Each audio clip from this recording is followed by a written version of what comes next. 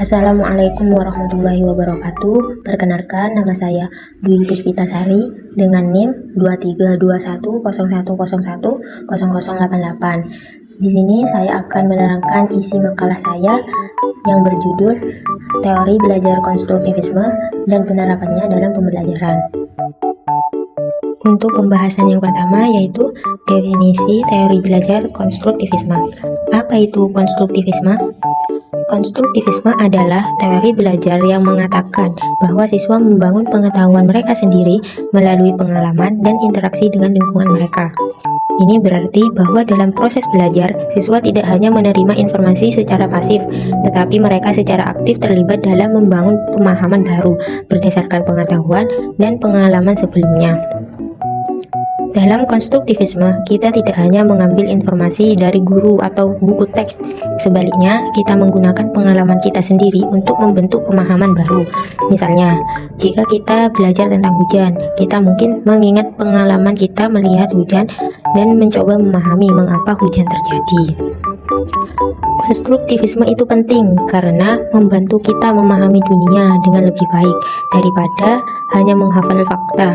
Kita benar-benar memahami konsep-konsep karena kita telah membangunnya sendiri. Ini membuat kita lebih siap menghadapi situasi baru dan memecahkan masalah. Di dalam kelas, konstruktivisme berarti kita tidak hanya mendengarkan guru memberi ceramah. Sebaliknya, kita mungkin melakukan eksperimen atau berdiskusi dengan teman-teman tentang konsep-konsep yang sedang dipelajari. Ini membuat pembelajaran lebih menarik dan bermakna. Para ahli juga mengatakan bahwa konstruktivisme memungkinkan siswa untuk menjadi lebih aktif dalam pembelajaran mereka.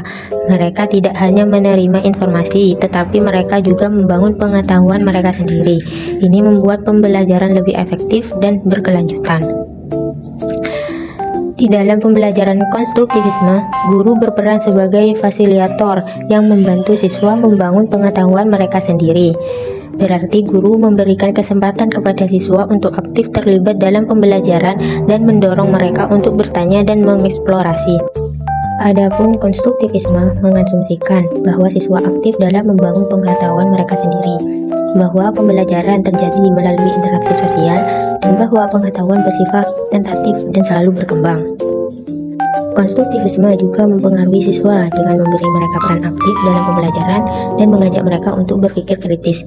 Bagi guru, ini menciptakan lingkungan belajar yang memungkinkan siswa untuk aktif terlibat dan membangun pengetahuan mereka sendiri. Dengan pemahaman tentang konstruktivisme, kita dapat melihat bahwa itu bukan hanya teori pembelajaran, tetapi juga sebuah filosofi yang membentuk cara kita memahami dunia dan cara kita belajar. Berlanjut pada pembahasannya kedua, yaitu tujuan teori belajar konstruktivisme. Dalam teori konstruktivisme, perubahan terjadi melalui dua tahap utama yang dikenal sebagai asimilasi dan akomodasi.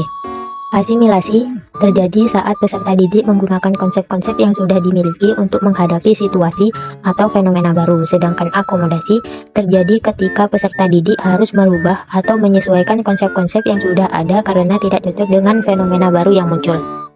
Tujuan utama dari teori konstruktivisme tidak hanya terbatas pada perubahan. Ada beberapa tujuan tambahan yang ingin dicapai, seperti berikut. Yang pertama, merangsang berpikir inovatif. Yaitu tujuan dari teori konstruktivisme adalah mendorong kita untuk berpikir inovatif dan kreatif. Ini membutuhkan waktu dan proses yang panjang untuk mengumpulkan pengetahuan dari berbagai sumber, baik formal maupun non-formal. Yang kedua yaitu meningkatkan pengetahuan. Ilmu pengetahuan tidak hanya diperoleh dari lingkungan formal, tetapi juga dari pengalaman sehari-hari. Sensitivitas dan keinginan terhadap lingkungan menjadi faktor penting dalam mendapatkan pengetahuan baru. Yang ketiga yaitu menemukan berbagai hal baru. Teori konstruktivisme bertujuan untuk membantu kita menemukan berbagai hal baru dalam kehidupan. Ini termasuk dalam mencari makna kebahagiaan, mengeksplorasi minat dan bakat, serta menemukan cara unik untuk memahami dunia.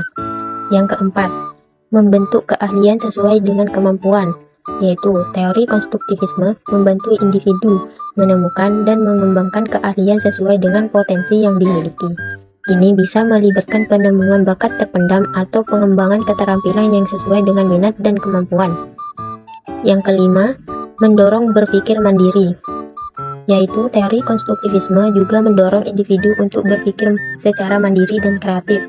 Kemandirian ini mencangkup tidak hanya pikiran, tetapi juga sikap dan perilaku yang dewasa dalam menghadapi situasi sehari-hari. Dengan demikian, teori konstruktivisme tidak hanya mengajarkan perubahan, tetapi juga merangsang berpikir inovatif, meningkatkan pengetahuan, menemukan hal baru, membentuk keahlian, dan mendorong kemandirian dalam berpikir dan bertindak. Kemudian pembahasan yang ketiga yaitu kelebihan dan kekurangan teori belajar konstruktivisme. Yang pertama, kelebihan teori belajar konstruktivisme sebagai berikut. 1. Membangun kepercayaan diri, yaitu teori ini membantu siswa merasa lebih percaya diri untuk berbagi ide atau gagasan di depan teman-teman mereka. Misalnya, ketika seorang siswa berani menyampaikan pendapatnya tentang topik pelajaran di depan kelas. Yang kedua, mendorong kemandirian dan pemecahan masalah, yaitu siswa dilatih untuk menjadi lebih mandiri dalam belajar dan mencari solusi atas masalah yang dihadapi. Contohnya, ketika seorang siswa menemukan cara baru untuk menyelesaikan soal matematika dengan mencoba berbagai strategi sendiri. Yang ketiga, menciptakan kreativitas. Konstruktivisme menciptakan lingkungan belajar yang kreatif di mana siswa merasa nyaman untuk berekspresi dan berimajinasi. Seperti ketika siswa diminta untuk membuat presentasi yang unik dan kreatif tentang topik tertentu. Yang keempat yaitu membangun kerjasama. Siswa diajak untuk bekerja sama dalam menyelesaikan tugas-tugas sehingga mereka belajar untuk bekerja sebagai tim. Contohnya, ketika siswa bekerja sama dalam proyek kelompok untuk membuat sesuatu. Yang kelima, menciptakan pembelajaran bermakna, yaitu teori ini membantu siswa merasa lebih terlibat dalam pembelajaran karena mereka dapat menemukan konsep sendiri dan merasa bangga dengan hasil temuannya. Sebagai contoh, ketika seorang siswa merasa senang karena berhasil menjelaskan konsep sains kepada teman-temannya dengan cara yang sudah dimengerti. Yang keenam, memotivasi tanggung jawab belajar. Siswa diberi tanggung jawab untuk mengelola proses belajar mereka sendiri dan dapat meningkatkan motivasi belajar mereka. Misalnya, ketika siswa merasa bertanggung jawab untuk menyelesaikan tugas rumah dengan baik karena mereka tahu itu akan mempengaruhi hasil belajar mereka. Yang kedua yaitu kekurangan teori belajar konstruktivisme sebagai berikut. Yang pertama, sulit mengubah keyakinan guru. Guru mungkin sulit mengubah cara mengajar mereka yang sudah terbiasa dengan pendekatan tradisional. Contohnya, ketika seorang guru matematika kesulitan untuk beralih dari metode pengajaran langsung ke metode konstruktivisme. Yang kedua, memerlukan kreativitas guru. Dalam menerapkan konstruktivisme, guru harus kreatif dalam memecahkan pembelajaran dan memilih media yang sesuai.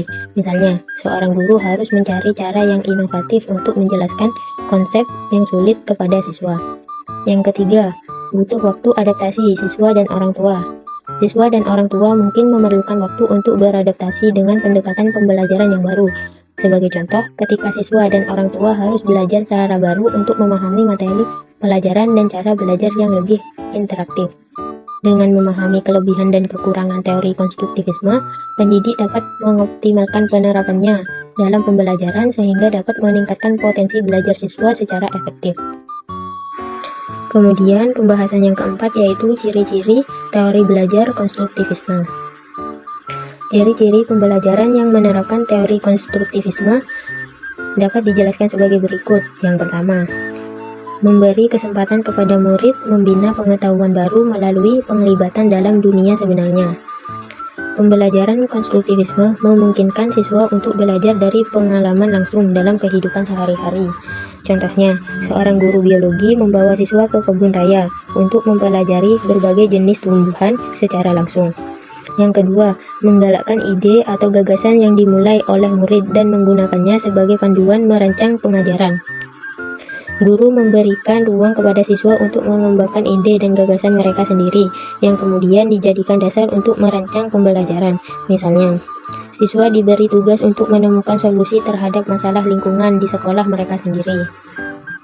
Yang ketiga, menyokong pembelajaran secara kooperatif, menampilkan sikap dan pembawaan murid. Pembelajaran konstruktivisme mendorong kerjasama dan kolaborasi antar siswa dalam proses pembelajaran. Contohnya, siswa bekerja dalam kelompok untuk menyelesaikan proyek seni bersama-sama. Yang keempat, menampilkan bagaimana murid belajar sesuatu ide. Guru membantu siswa untuk memahami bagaimana mereka belajar dan memproses informasi. Misalnya, guru memberikan contoh tentang cara memecahkan masalah matematika secara bersama-sama dengan siswa. Yang kelima, menggalakkan dan menerima daya usaha murid. Pembelajaran konstruktivisme memberi penghargaan pada upaya dan inisiatif siswa dalam belajar. Contohnya, guru memberi apresiasi kepada siswa yang berusaha keras untuk memahami materi pelajaran. Yang keenam, menggalakkan murid bertanya dan berdialog dengan murid dan guru. Siswa didorong untuk bertanya, berdiskusi, dan berdialog dengan guru dan teman-teman sekelas. Misalnya, siswa berdiskusi tentang topik pelajaran dengan teman sekelas untuk memperdalam pemahaman mereka. Yang ketujuh, menganggap pembelajaran sebagai suatu proses yang sama penting dengan hasil pembelajaran. Guru memahami bahwa proses belajar memiliki nilai penting, bukan hanya fokus pada hasil akhir. Misalnya, guru memberi perhatian pada bagaimana siswa memahami materi, bukan hanya pada nilai tes mereka. Kedelapan, menggalakkan proses inquiry murid melalui kajian dan eksperimen. Siswa didorong untuk melakukan inquiry dan eksperimen untuk mendapatkan pemahaman yang lebih mendalam. Contohnya, siswa melakukan penelitian lapangan untuk mempelajari ekosistem di daerah sekitar sekolah mereka. Melalui pendekatan konstruktivisme, pembelajaran menjadi lebih berpusat pada siswa, memungkinkan mereka untuk aktif terlibat dalam proses belajar, dan membangun pengetahuan mereka sendiri berdasarkan pengalaman dan interaksi dengan lingkungan serta teman-teman mereka. Berlanjut pada pembahasan yang kelima, yaitu prinsip-prinsip teori belajar konstruktivisme. Prinsip-prinsip teori belajar konstruktivisme utamanya mencakup yang pertama, konstruksi pengetahuan, yaitu bahwa pengetahuan tidak hanya diberikan kepada kita, tetapi kita juga harus membangunnya sendiri melalui pemikiran aktif dan pengalaman pribadi. Yang kedua, konteks sosial, yaitu pembelajaran dipandang sebagai aktivitas sosial, di mana kita berinteraksi dengan orang lain untuk membangun pemahaman bersama. Yang ketiga, keterlibatan aktif, yaitu kita harus terlibat secara aktif dalam pembelajaran melalui eksplorasi, diskusi, dan refleksi. Yang keempat, pembelajaran berbasis masalah, yaitu pembelajaran didorong oleh situasi atau masalah yang relevan bagi kita, yang memicu pemecahan masalah dan aplikasi pengetahuan dalam kehidupan nyata. Yang kelima, pemberdayaan individu, yaitu kita diberi kebebasan untuk mengeksplorasi, menyatakan pendapat, dan mengambil tanggung jawab atas pembelajaran kita sendiri. Yang keenam, kepentingan pribadi, yaitu pembelajaran dipandu oleh minat dan kebutuhan kita sendiri, sehingga kita dapat mengaitkan materi dengan pengalaman pribadi. Yang ketujuh, pengalaman aktual, yaitu pengalaman langsung menjadi fokus utama pembelajaran, dan guru membantu kita memahami pengalaman tersebut melalui refleksi. Yang terakhir, yaitu pemahaman yang dalam. Tujuan utama adalah mencapai pemahaman yang mendalam, bukan sekedar mengingat fakta, tetapi juga memahami konsep dan prinsip yang mendasarinya. Pembahasan yang keenam yaitu teori belajar konstruktivisme menurut von Glaserfeld. Teori belajar konstruktivisme khususnya yang dikembangkan oleh von Glaserfeld mengatakan bahwa pembelajaran adalah proses di mana individu secara aktif membangun pengetahuan dan pemahaman mereka sendiri. Ini berarti bahwa kita tidak hanya menerima informasi dari luar secara pasif, tetapi kita juga secara aktif terlibat dalam proses pembelajaran. Berikut teori belajar konstruktivisme menurut von Glaserfeld. Yang pertama, realitas dikonstruksi. Von Glaserfeld berpendapat bahwa realitas tidak ditemukan secara langsung, tetapi dibangun melalui interpretasi subjektif individu. Ini berarti bahwa pembelajaran terjadi ketika kita membangun makna dari pengalaman kita sendiri, bukan hanya menerima informasi dari luar secara pasif. Yang kedua, peran aktif individu. Individu dilihat sebagai agen aktif dalam proses pembelajaran mereka sendiri. Mereka tidak hanya menerima informasi, tetapi juga mengasimilasi pengalaman baru ke dalam struktur kognitif mereka, atau mengubah struktur kognitif mereka untuk memasukkan informasi baru. Yang ketiga, keterlibatan kognitif. Von Glaserfeld menekankan pentingnya keterlibatan kognitif dalam pembelajaran, bahwa pembelajaran melibatkan berinteraksi dengan informasi, menyusunnya, dan membuat makna dari situasi tersebut, bukan hanya menerima informasi secara pasif. Yang keempat, konsep kesalahan sebagai pembelajaran. Konstruktivisme menganggap bahwa kesalahan adalah bagian alami dari proses pembelajaran. Kesalahan membantu individu untuk memperbaiki pemahaman mereka, karena mereka harus menghadapi konflik kognitif dan mencari solusi baru. Yang kelima, pentingnya sosial dan kultural. Von Glaser-Flat juga mengakui peran penting di lingkungan sosial dan budaya dalam pembentukan pengetahuan individu. Pembelajaran tidak terjadi dalam isolasi, tetapi melalui interaksi dengan orang lain dan lingkungan. Dan yang terakhir yaitu kritik terhadap pendekatan tradisional. Konstruktivisme mengkritik pendekatan belajar tradisional yang lebih pasif dan berorientasi pada guru. Sebaliknya, teori ini menekankan pentingnya memberi ruang bagi siswa untuk aktif terlibat dalam proses pembelajaran mereka sendiri. Berlanjut pada pembahasan yang ketujuh, yaitu teori belajar konstruktivisme menurut Lorbach dan Tobin. Teori belajar yang dikembangkan oleh Lorbach dan Tobin merupakan gabungan dari teori belajar kognitif dan sosial. Mereka menganggap bahwa interaksi antara individu dengan lingkungan serta proses mental memiliki peran penting dalam pembelajaran. Berikut poin utama dari teori ini. Yang pertama, pentingnya interaksi sosial. Lorbach dan Tobin menekankan bahwa interaksi sosial memainkan peran penting dalam pembelajaran. Mereka percaya bahwa kita belajar melalui interaksi dengan orang lain di lingkungan sosial kita. Yang kedua, peran kognitif. Teori ini juga mengakui pentingnya proses kognitif dalam pembelajaran. Proses-proses seperti bagaimana kita melihat, memahami, dan memproses informasi menjadi fokus utama dalam teori ini. Yang ketiga, konteks pembelajaran. Lorbach dan Tobin mengatakan bahwa lingkungan pembelajaran harus relevan dan bermakna bagi individu. Mereka berpendapat bahwa pembelajaran menjadi lebih efektif jika materi yang dipelajari memiliki hubungan dengan individu sehari-hari atau pengalaman individu. Yang keempat, pendekatan konstruktivis. Teori ini juga mencangkup elemen-elemen konstruktivis, yang berarti bahwa pembelajaran dipandang sebagai proses aktif di mana individu membangun pengetahuan dan pemahaman mereka sendiri melalui pengalaman dan refleksi. Yang terakhir, dukungan sosial. Lorbach dan Tobin menganggap dukungan sosial sebagai faktor penting dalam pembelajaran. Dukungan dari orang lain, baik itu berupa bimbingan, umpan balik, atau dukungan emosional, dapat membantu individu dalam mencapai tujuan pembelajaran mereka. Secara keseluruhan, teori belajar yang dikembangkan oleh Lorbach dan Tobin adalah integrasi dari beberapa pendekatan belajar yang berbeda. Mereka menekankan pentingnya interaksi sosial, proses kognitif, konteks pembelajaran yang relevan, pendekatan konstruktivis, dan dukungan sosial sebagai faktor-faktor kunci dalam pembelajaran.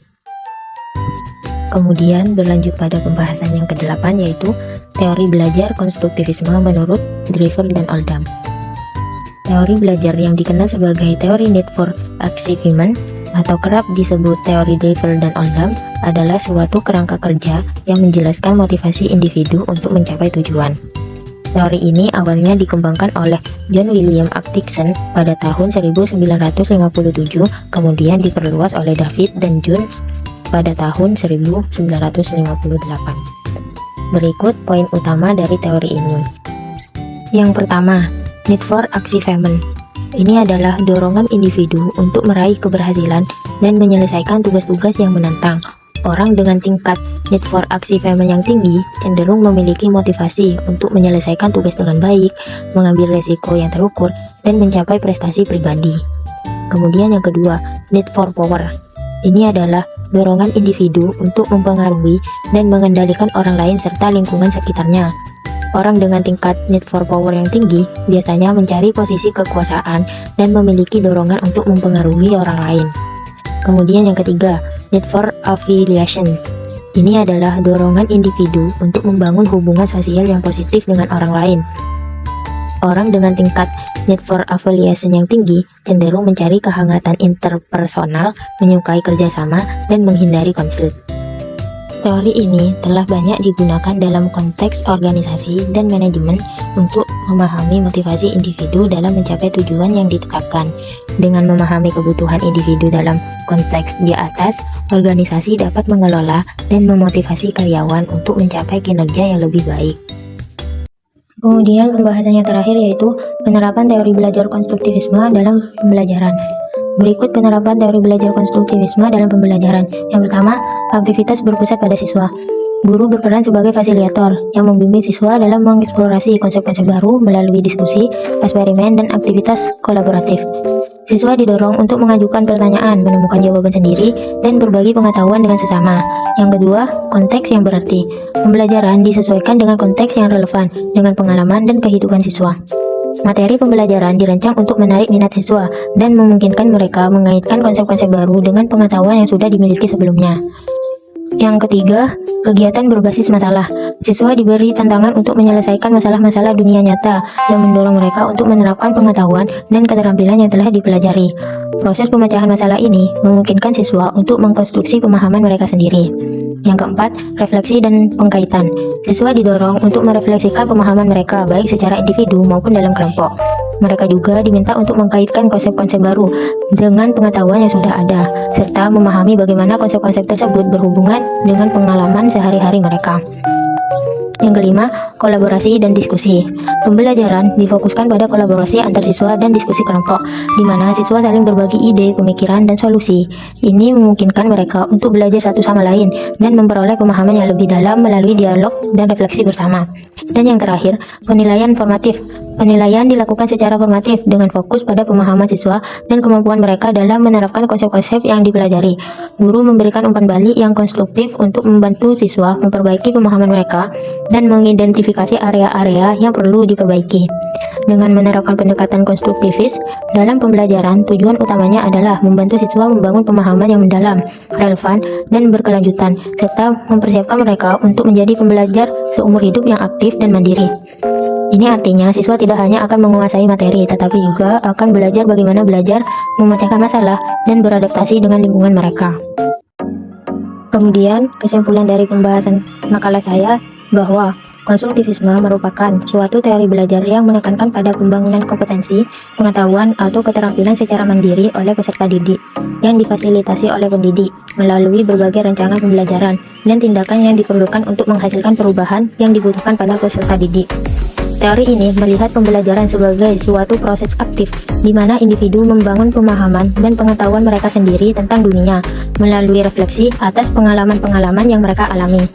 Beberapa poin penting yang dapat disimpulkan dari pembahasan ini adalah: yang pertama, konstruktivisme menekankan bahwa pembelajaran adalah proses aktif di mana individu membangun pengetahuan mereka sendiri melalui interaksi dengan lingkungan mereka.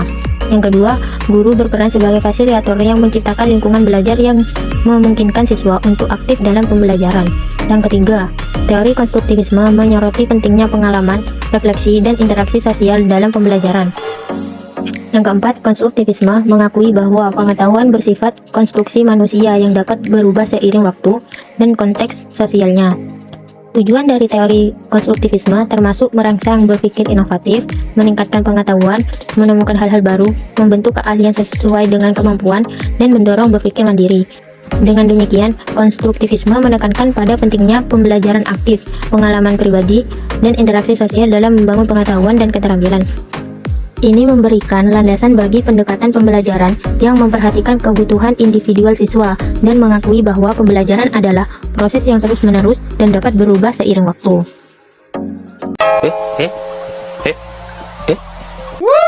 Baik, cukup sekian pembahasan dari makalah saya. Kurang lebihnya mohon maaf. Wassalamualaikum warahmatullahi wabarakatuh. Terima kasih, bye-bye.